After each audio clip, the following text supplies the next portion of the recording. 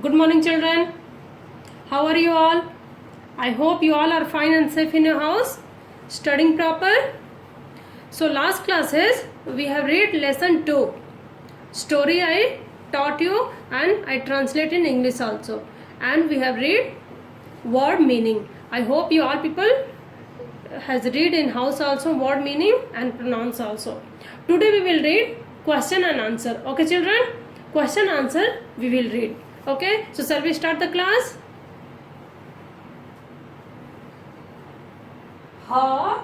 First question, half का, full का and क पर बड़ा उ की मात्रा कु, हक्कू. ब पे छोटा उ की मात्रा बू, हाफ द.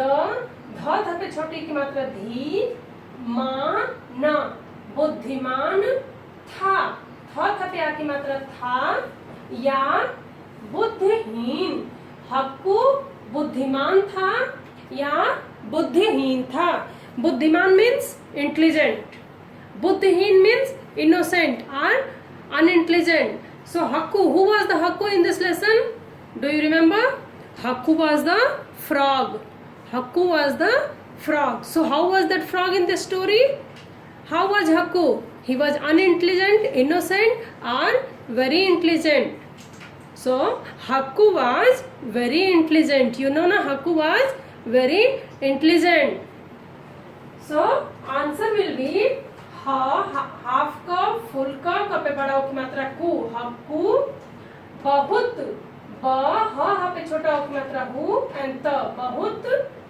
बुद्धिमान, ब पे छोटा उ की मात्रा बू, हाफ द. ध पे छोटी की मात्रा धी, मा न. बुद्धिमान था. हक्कू बहुत बुद्धिमान था. Means Hakku was very intelligent. So how was the Hakku? Hakku was intelligent or unintelligent? Answer will be Hakku बहुत बुद्धिमान था. Hakku was very intelligent. बुद्धिमान means intelligent. Now we will come for second question. त पे आ की मात्रा ता, ल पे आ की मात्रा ला and ब. तालाब. क ह पे आ की मात्रा हा एंड चंद्र बिंदु. कहाँ था. तालाब कहाँ था. What is तालाब? तालाब means pond. In the story there was a pond near the city. There was a pond. So where was the pond? तालाब शहर के पूर्व में था. तालाब means pond, शहर means city, पूर्व means east, था means was. तालाब शहर के पूर्व में था means pond was in city east side. Okay, we will go for question number 3. So question number 2, what was that? तालाब कहाँ था. Where was the pond? तालाब शहर के पूर्व में था means that pond was in the city east side. Now question number 3. व and व डाउन री की मात्रा री, छ छतरी छ. वृक्ष पर, हाफ का, य पे आ की मात्रा क्या, क्या. ल ग पे ए की मात्रा गे, लगे एंड थ पे ए की मात्रा थे, क्या लगे थे. वृक्ष पर क्या लगे थे means on the tree what was that? Near the pond one tree was there. What tree was there? Mango tree. And that mango tree, what was that? Mango was there. So in question they are asking वृक्ष पर क्या लगे थे. Answer will be वृक्ष पर आम लगा था. वृक्ष पर आम लगा था means in that tree mango fruit was there. Okay children? So वृक्ष पर क्या लगा था means what was that on the tree? So वृक्ष पर आम लगा था. आम means mango. So वृक्ष पे on the tree mango was there. Okay children, now we will go for question number 4. Okay. पेड़, प पे ए की मात्रा पेड़, पेड़ पर आकर. ब हाफ च फुल च ए की मात्रा बच्चे, हाफ क य पे आ की मात्रा या क्या, क र त पे ए की मात्रा ते करते, थ पे ए की मात्रा थे। पेड़ पर आकर बच्चे क्या करते थे? पेड़ पर आकर बच्चे क्या करते थे? When children are coming on tree, coming near the tree, what they are doing? So what children are doing near the tree? बच्चे पेड़ पर प हाफ त थ र पत्थर, म पे आ की मात्रा मां र ते मारते थे। बच्चे पेड़ पर पत्थर मारते थे। What children are doing?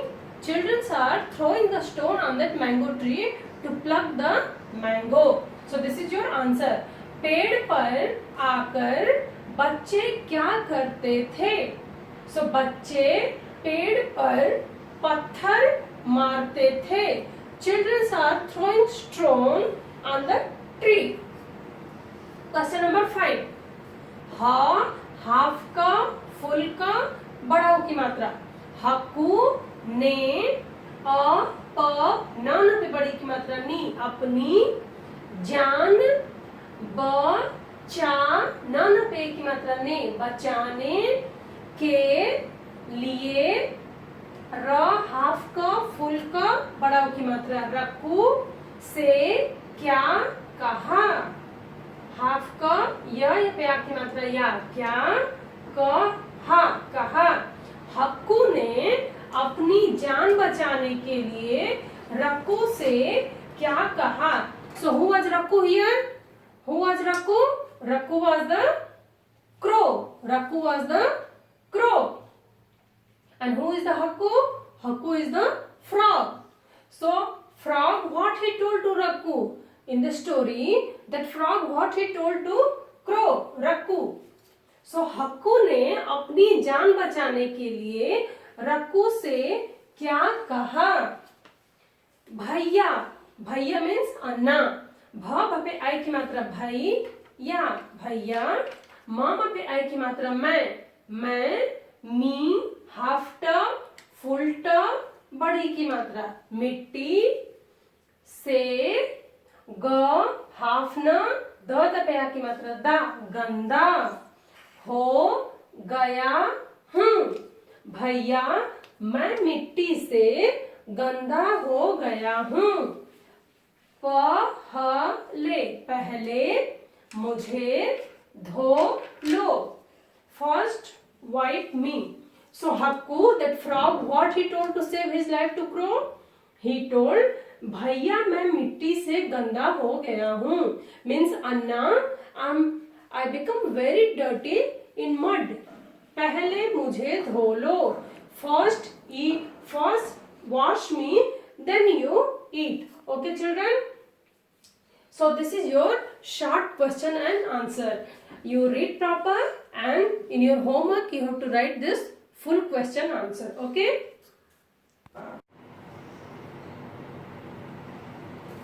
Okay children, now open your book, page number 12. Okay? In book, page number 12. And question number 3. Question number 3. दिए गए शब्दों में छोटे छोटे वाक्य बनाइए. Some words they have given, okay? Some words is there. You have to make a small sentence in that. Okay? So I have written for you. We will read, and same thing you have to copy in your book. Okay? So see proper and learn proper. First one is K letter. K is there. You can see first one. Sh, H, R. Shahar. You can see here. Sh, H, R. Shahar. Shahar means city. Shahar means city. So in that you have to make one sentence.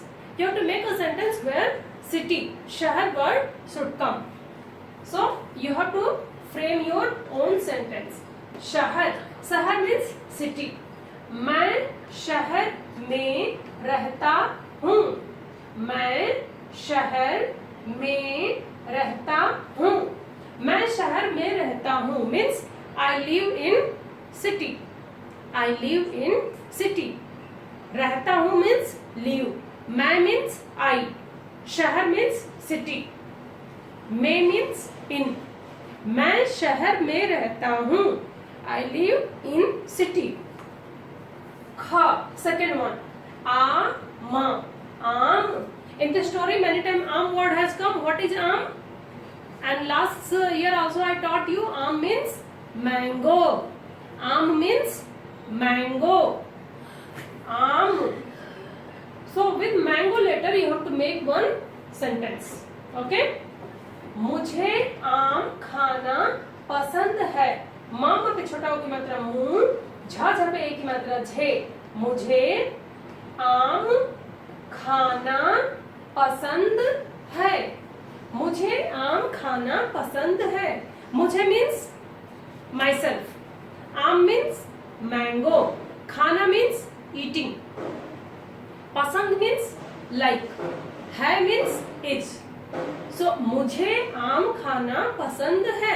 I like to eat mango. Third one. ब half च full च आ की मात्रा। बच्चा। बच्चा means child. बच्चा means child और बच्चे विल बी चिल्ड्रन। हियर बच्चा means one child. You have to frame one sentence. ब हाफ च फुल च ए की मात्रा। बच्चे अ हाफ च छ ए की मात्रा अच्छे होते हैं। हा पे ओ की मात्रा हो, त पे ए की मात्रा ते होते हैं। बच्चे अच्छे होते हैं। बच्चे अच्छे होते हैं means childrens are very good. Children are very good.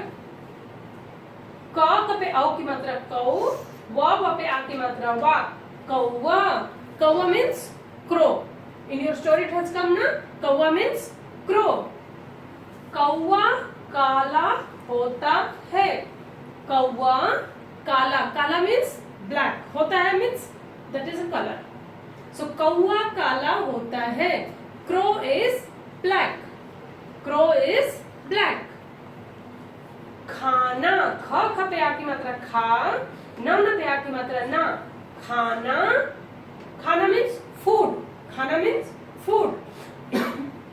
खाना बहुत। ब ह पे उ की मात्रा हु एंड त बहुत। हाफ स व पे आ की मात्रा वा, द पे ई की मात्रा दी। हाफ स कौन सा एंड त स्वादिष्ट है। खाना बहुत स्वादिष्ट है। Food is very tasty. So this thing also you have to write in your book, page number 12, question number 3. You have to complete in your book. Okay, children? Okay, children. Now open your page number 11. Page number 11. You can see on screen question number 1. Okay? निम्नलिखित वाक्य किसने कहे? Who told this sentence? Okay? You have to see. First one you see. भैया मैं मिट्टी से गंदा हो गया हूँ। भैया मैं मिट्टी से गंदा हो गया हूँ। Who told this sentence? In this story, who told this sentence? भैया मैं मिट्टी से गंदा हो गया हूँ। Anna, I become very dirty in mud. Who told? Hakku. Hakku. Who was the Hakku? Hakku was a frog. So here you can see 3 option is there. First one kawa. Kawa means crow. No. Bacche. Bacche means children. No. Third one medhak. Medhak means frog. So your third one is the correct answer. See, I have tick for you. Third one. So page number 11, question number 1, you tick third one. Okay? Medhak ne, frog ne. Okay? Frog told Anna, I become dirty with mud. Second one, kahan ho? Where are you? In the story, who is asking where are you? Hakku ne. Hakku, who was the Hakku? Froggy. why frog will ask where are you? Rakku ne, who was the Rakku? Crow. And third one, kisi ne nahi, no one told. Okay, so someone told, no, where are you? Hakku was the frog, he didn't say. Rakku ne, Rakku means crow. Crow asked, kahan ho? Kahan ho means where are you? Okay, so Rakku ne. Kha, second one is the correct answer. Tick in your book.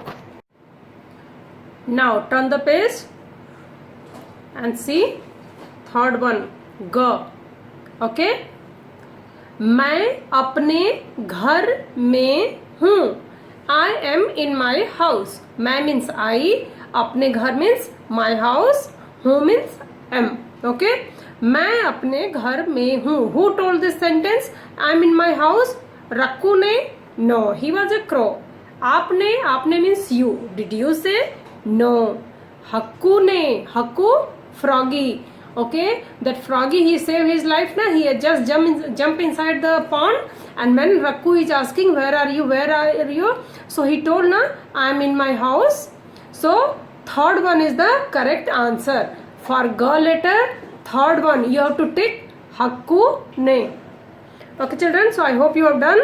Now we will go for fill in the blanks. Question number 2.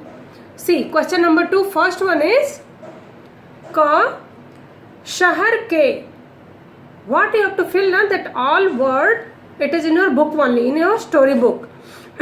So you can see also in your book, just next letter will be shahar ke dash dash में एक तालाब था. Answer will be Purv. Okay, what will be the answer? Purv. Purv means east. Second one, आम का एक पेड़ था. What was that? Mango tree. पेड़ means tree. So second one you have to write पेड़. उस पर बहुत सारे कच्चे पक्के. बहुत सारे कच्चे and pakke. Kache means raw and pakke means fruit. Okay, right. उस पर बहुत सारे कच्चे पक्के आम थे. So same sentence you can see in the book also. Where is this line? This word will be there. उन आमों को तोड़ने के लिए बच्चे पत्थर मारते थे. So to pluck that mango, who was throwing stone? Bacche. Bacche means that children. Okay, so you can write there bacche. Last one, bacche. Now last one, nga. Hakku tha. Who was the hakku? Hakku ek medhak tha. Medhak means frog. So hakku was a frog. Okay children, so see the book and write it proper. If not able to read, see in your story book, it's written there proper. Okay, you can see proper, fill in the blank. So today your lesson 2 all exercises has finished. All I have done for you. So question answer in your assignment write, and your fill-ups you do it. Okay, I have framed the sentence, and this one you have to write in your assignment. Another thing, just you fill on in your book. Okay children, thank you, have a good day.